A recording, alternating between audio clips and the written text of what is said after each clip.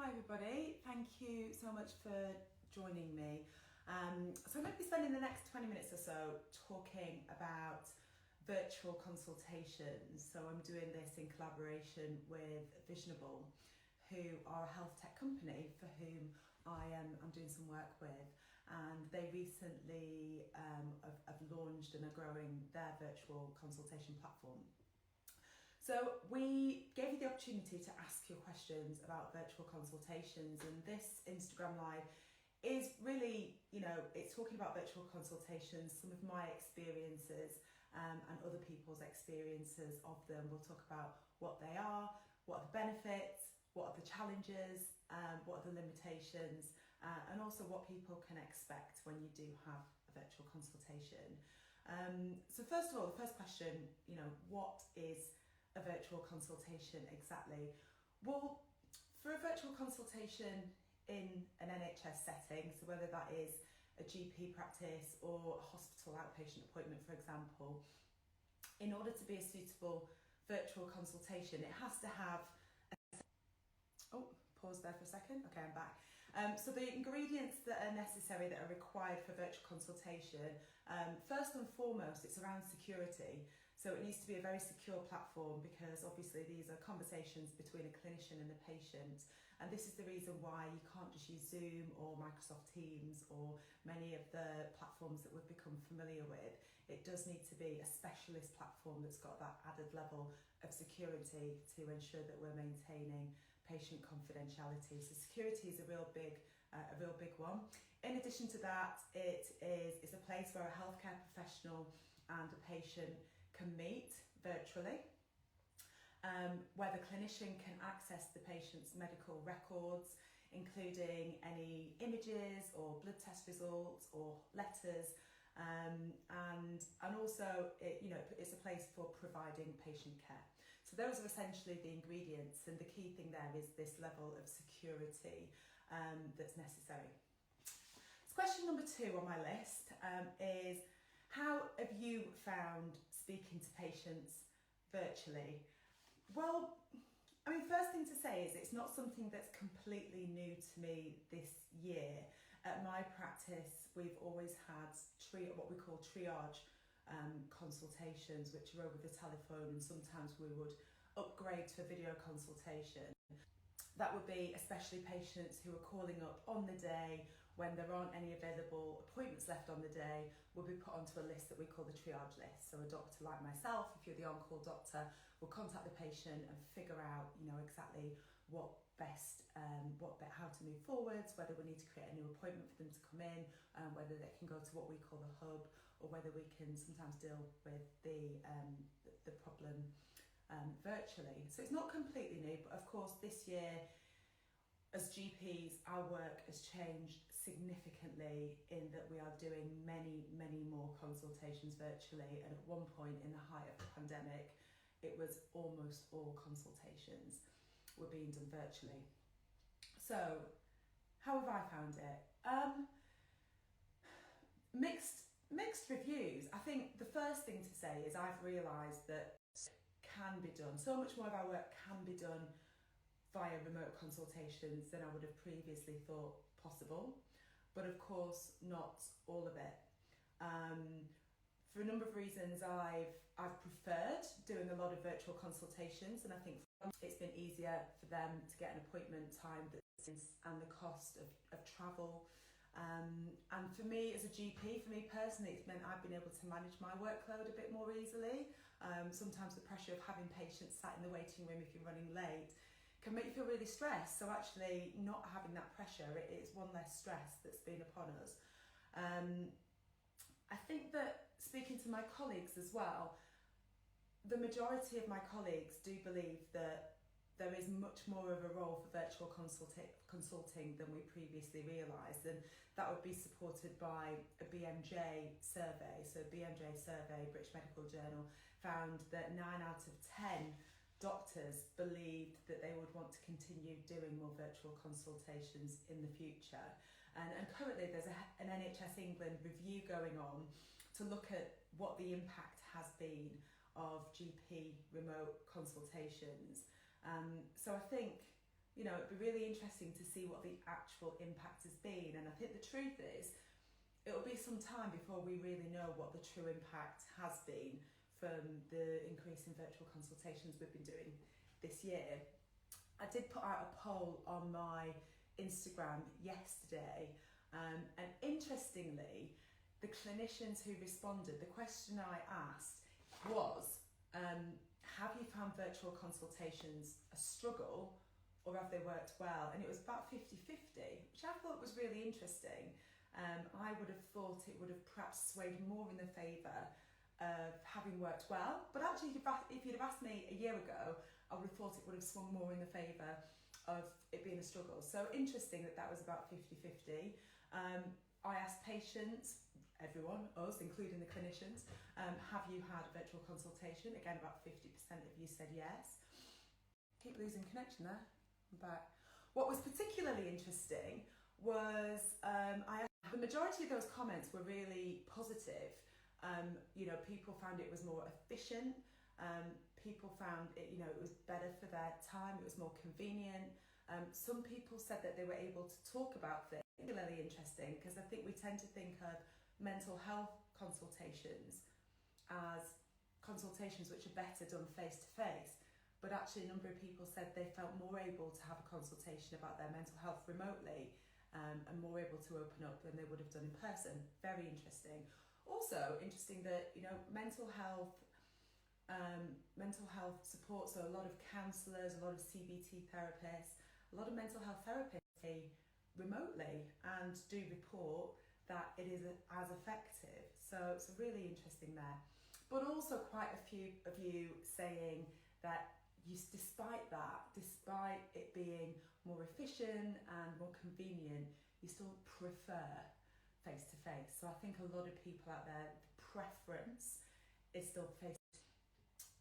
Virtual consultations have suited me down to the ground as someone who's very, very busy, but also someone who's able to articulate my concerns quite well over the phone. When I've needed to speak to my GP this year, which I have several times, the virtual consultation. So let's move on to the next question. The next question is, have you been able to conduct appointments with the same level of acumen? Now, this is quite difficult to answer. I think in most cases, yes, but I think we have to admit that virtual consultations do add another potential layer of risk. And this is particularly with certain patient groups. Where I work as a GP, a lot of my patients don't speak English as a first language, and communication is everything. I always say, as GPs, we are specialists. Whereas an orthopaedic surgeon, knows this much about this much. As GPs, we know this much about this much, and that is our specialty. But the other specialist subject we have as GPs is our communication skills. And a lot of communication is non-verbal. So one of the things that is often missed, or potentially missed, when we see a patient virtually is that we're not picking up on those subtle clues that they're struggling with their mental health, for example. So, it's not unusual for a patient to come and see their GP with headaches, but actually the underlying issue is that they're really, you might smell alcohol, or, their eye contact kind of give us the clue to question, maybe take our questions in a different direction and see if there's something else going on that we may be missing, picking up on those more subtle clues. So the question about have we been, with virtual consultations, can we consult with the same level of accuracy? My answer to that is yes, provided that as clinicians we are still, making sure that we bring patients in for a face-to-face review where it's necessary. So whether that is because we suspect there could be a mental health issue that we're not quite getting to the bottom of, whether we can't quite conduct the consultation properly because of a language barrier, because that person has a hearing difficulty, so you're not quite sure that they're understanding you. or obviously if they need to be examined. You can, if we use dermatology skin conditions as an example, there's an argument that if you're using video consultation or getting the patient to send in photographs, you can do some level of examination, but any dermatologist will tell you that when you're examining a rash, feeling the rash is really important as well as just looking at the rash. So if a patient needs to be seen face to face to be examined, it's really important we bring them in. So therefore, my summation is that I think that you can approach a good level of accuracy with virtual consultations as long as the clinician is very astute and has quite a low level of concern for bringing a patient in to be seen. Question number 4 of 5, there are 5 questions, is will you continue to consult with patients virtually even when things go back to normal? And I think the normal is quite important there because it's going to be a new normal. Inevitably, we will be continuing to do more virtual consultations, partly because our patients, many of our patients, not all, will want that, will demand that, and it makes sense. It just makes complete sense. I'm going to go on to the next question, is actually talking about what are the benefits of virtual consultations. We've spoken about some of the limitations already and the fact that it definitely doesn't suit everybody. But yeah, we will continue to do more, but not all. So Matt Hancock, back in, I think it was back at the start of the summer at a medical conference, actually stated that he thinks unless there is a particular reason why a patient must be seen face to face, that all GP consultations in the future agree necessarily with that. I think we need to be led by what patients want, and that will vary from area to area. So I imagine a GP practice in a very affluent area like Hampstead, North London, popular, perhaps than the GP practice that I work in now in Peckham, where we have a large elderly population, we have a very multicultural, diverse population. So I think the needs of different populations will be very different. So I don't necessarily agree with Matt Hancock that all consultations should become virtual except for a few. I think that assessment needs to be made according to the demands and the needs of the population. And Professor Martin Marshall, who's the chair of the Royal College of GPs, response was similar to that. He said he thinks that a predominantly remote consultation picture is not in everybody's best. We definitely will be looking towards doing more of that. And his reasoning was actually for a lot of patients, they just prefer face to face. I think that will change in future generations though. And I certainly think that one group of patients that are more teenagers and young adults, they are, I think, more confident at using technology and perhaps more comfortable having a virtual consultation than a face-to-face consultation. So my final question, before I speak to somebody from Visionable about their part of virtual consultations. So I've broken this down into what I think the benefits are for patients, for clinicians, and also for the NHS or the GP practice or the hospital.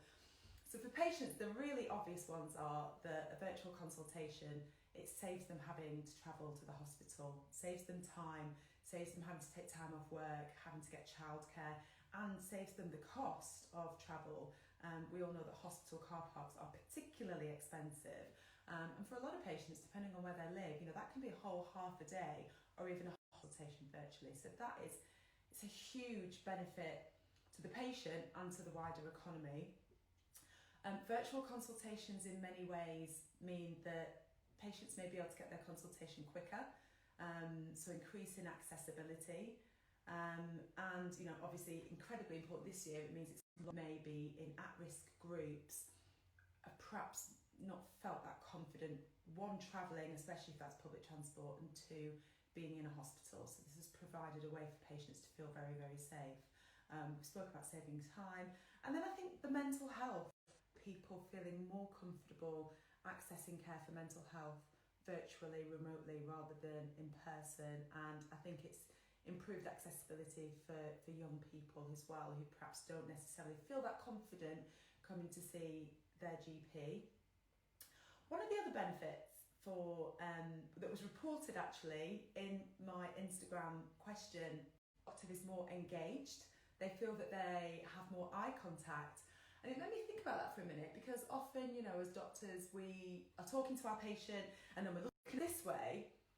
You know, even as a doctor, I might be looking at the patient and then looking at the blood test result, looking at them the whole time. So there was that patients felt that the doctor was more engaged.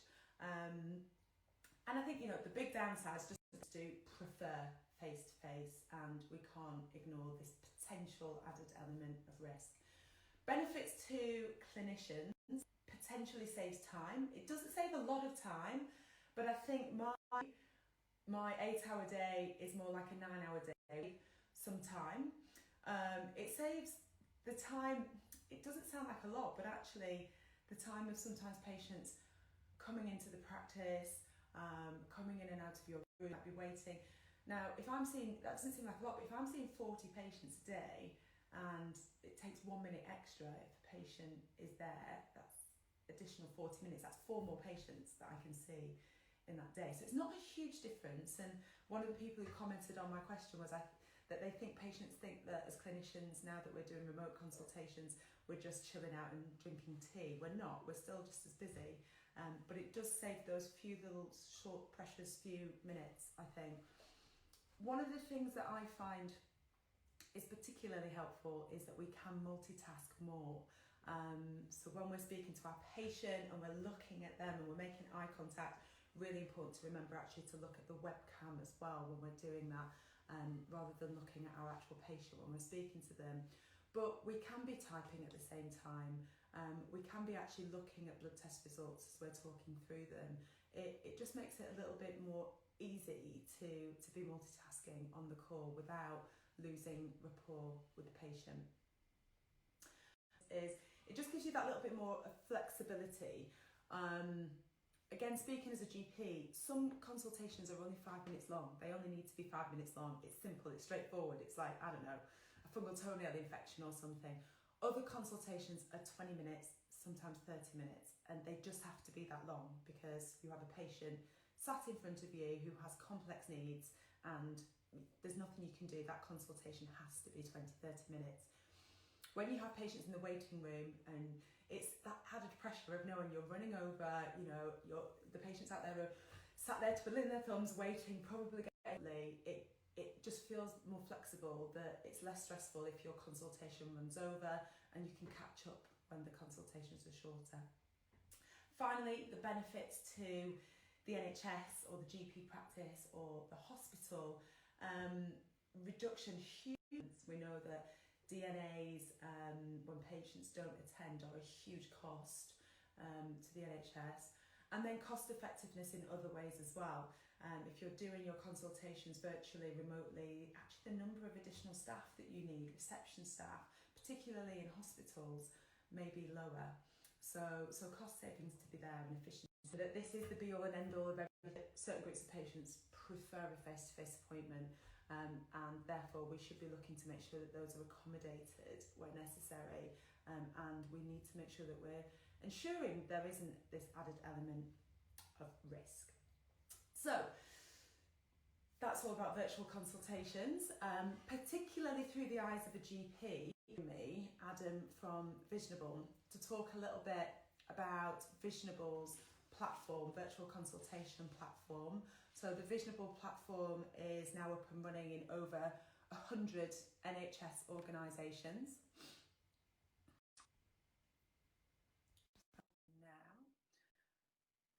And this is particularly in secondary care, less in primary care, and more in hospitals. And I think one of the added benefits actually that clinicians report from using the Visionable technology is that they have that something we perhaps don't need as much as GPs, but they can bring in a third person, so they can be having their consultation with their patient, and say, for example, it's a rheumatology doctor looking after somebody's arthritis, and actually this person has an x-ray that looks a bit unusual. They can bring in an orthopaedic specialist doctor or a radiologist into that call as well, which they've reported as something that's really helpful. Hi, Adam.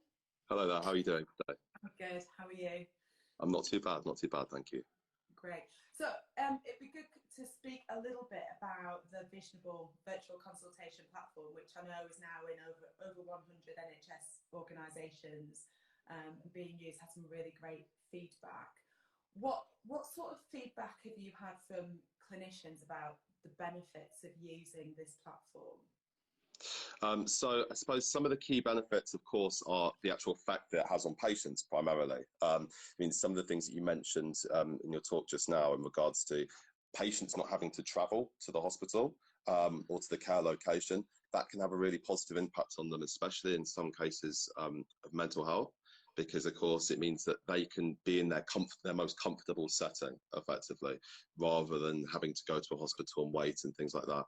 I think also in regards to clinicians, I mean, it is different. It's a different way of working, but we're in very different times at the moment. And I think that in terms of clinicians, it does enable them to save time. They can go from patient to patient to patient virtually, rather than them actually waiting or moving between buildings or anything like that as well. So I'd say they're probably the key ones we see at the moment. I know there's a real focus within the Royal College of GPs, and I'm sure within other Royal Colleges as well, around something called patient-centred care. We know that a lot of our patients who have multi-morbidities spend so much time in hospitals. They go and see their diabetes doctor, and then they go and see their rheumatology doctor, and then they go and see their haematology doctor. Have you found that some of these NHS organisations are using this technology in order to have more than one doctor in the room with the patient at the same time to, I guess, to provide better care for the patient, and also to, I guess it enables the clinical teams to have a better understanding of a fuller view of that patient's medical needs?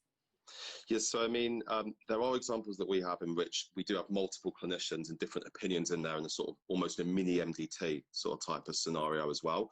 I think that as this sort of technology becomes a bit more business as usual, as it has done during the pandemic, new models of care, as you mentioned, bringing in specialists and that sort of virtual triage will definitely come more into effect, more than it has been actually at the moment, I would have thought, throughout sort of 2021 and onwards. And one of the other things you mentioned MDTs. I actually wrote a blog for Visionable in the summer, where I spoke to an incredible lady, Deborah, who's a radiologist at St Mary's, and she'd been self-isolating throughout the summer because of her husband's health. And she's a specialist radiologist in breast cancer services, and she was explaining how, you know, when they have multidisciplinary team meetings where the patient isn't present, but you might have 50 clinicians in a room, or even more than that, and you have specialist breast cancer nurses, you have oncologists, you have radiologists, you have histologists who are looking at the tissue samples, who else would you have, the people who do the radiotherapy, all discussing the particular patient's case to make sure they get the best care. And they might go through 200 different patients in one big meeting. Now, she'd been able to completely do her job, fulfill her role, and attend those MDTs from home. She was able to look at all the images with the same quality as she could do in the hospital via her laptop, completely securely, with no risk to patient confidentiality being leaked. And I just thought that was really impressive. And I think for the future, you know, it's going to enable, it's not going to change the way we do things necessarily. It's just going to be able to enable us to do our work more easily and more efficiently and more cost effectively. Yes, 100%. I mean, there's another example as well. One of the solutions, one of the MDT solutions that we deployed within North West London Cancer Network, in which they actually brought a lot of the pathologists into a singular location, and then they were having the consultations from their desk instead of having to go room to room to room. So as you mentioned, I mean, with the changing times, working from home, I mean, it's brilliant for certain clinicians, but obviously not all clinicians are going to be able to do that. So there are going to be multiple different models that will come out of that as well. Yeah. The last thing I'll ask you about is, as clinicians, as NHS staff, we can often see the benefit of change, and we can see that once we get used to doing it a different way, it will make our job easier. But the transition, the learning to do it in a different way and starting to use new software, and also explaining to patients how we're doing things differently, that can often be the step that, because we are overworked and overstretched, it's just that little bit of extra work that's required to transition can really put us off. So through the work that you've been doing with these various NHS organisations, how has that gone? Has it been completely seamless? Have people found it easy, or has it been a bit of a difficult time? So I think that it's an interesting question. I think, of course, it completely depends from person to person and what experience they have with technology in their own life outside of work. And then that's kind of quite a differentiating factor. What we like to do is we try and make it as easy as possible, especially, of course, for the clinicians and for the people who are going to be using this solution day to day. So we here at Visionable, we will give as much support as is needed, do webinars, training sessions, whether that be in groups or even one-to-ones in some cases, just to make sure everyone is really comfortable. I think that sometimes when you're doing large deployments, it can be a little bit tricky, to be honest with you, but we're always here to help people through that and to onboard them in any way that the individual organisation sees fit and sees is the best way of doing it for their staff and patients. Brilliant. Okay, great. Well, thanks so much for sharing that with us, Adam. Of course. And hopefully we'll be seeing more virtual consultations happening in the future, but in a way that's really accepted by patients and clinicians and that helps us to do our job better. So cheers. 100%. Thank you very much. Thank you for your time. Cheers. Cheers. Bye-bye. Bye. So that's it. That's all I know about virtual consultations just for now. But if you found that interesting, or you have any more questions, or you want to know more about Visionable, or you want to know more about the future of virtual consultations, drop us a question down below and we'll do our best to answer it. Thank you.